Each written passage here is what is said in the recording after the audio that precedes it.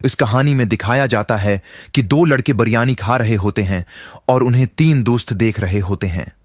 वो आपस में कहते हैं, वो देखो मौलवी और मौलवी का बेटा बिरयानी खा रहा है, चलो चलकर उनके साथ बिरयानी खाते हैं।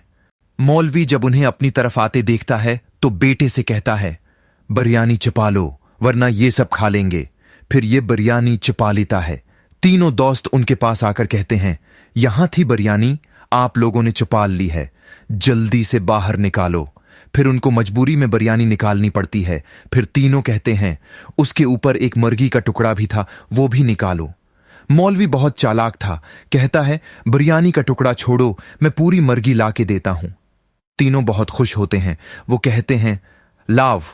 मौलवी कहता है, ठीक है मैं लाता हूं, लेकिन आपने बिरयानी ऐसे नहीं खानी, मैं रायता भी ला के देता हूं।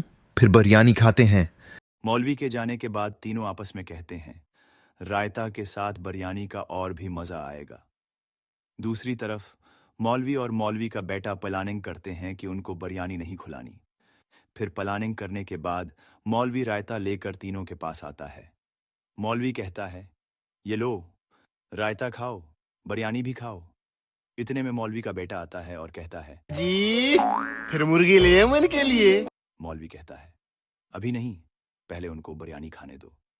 ये सुनकर वो आपस में मशूरा करते हैं और कहते हैं, चावल को छोड़ो, मुर्गी खाएंगे।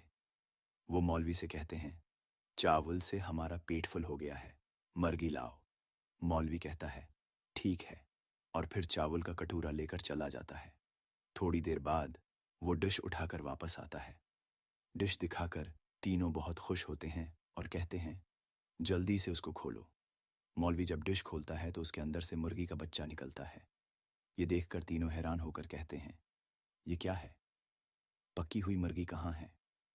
आपसे किसने कहा था कि पक्की हुई मुर्गी आ रही है? मैं तो इस मुर्गी की बात कर रहा था। हम मौलवी लोग हैं, हम खाना जाया नहीं करते। ये नीचे गरा हुआ चावल खाने के लिए आई है।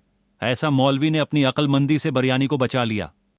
इस कहानी में दिखाया जाता है कि दो लड़के बिरयानी खा रहे होते हैं और उन्हें तीन दोस्त देख रहे होते हैं।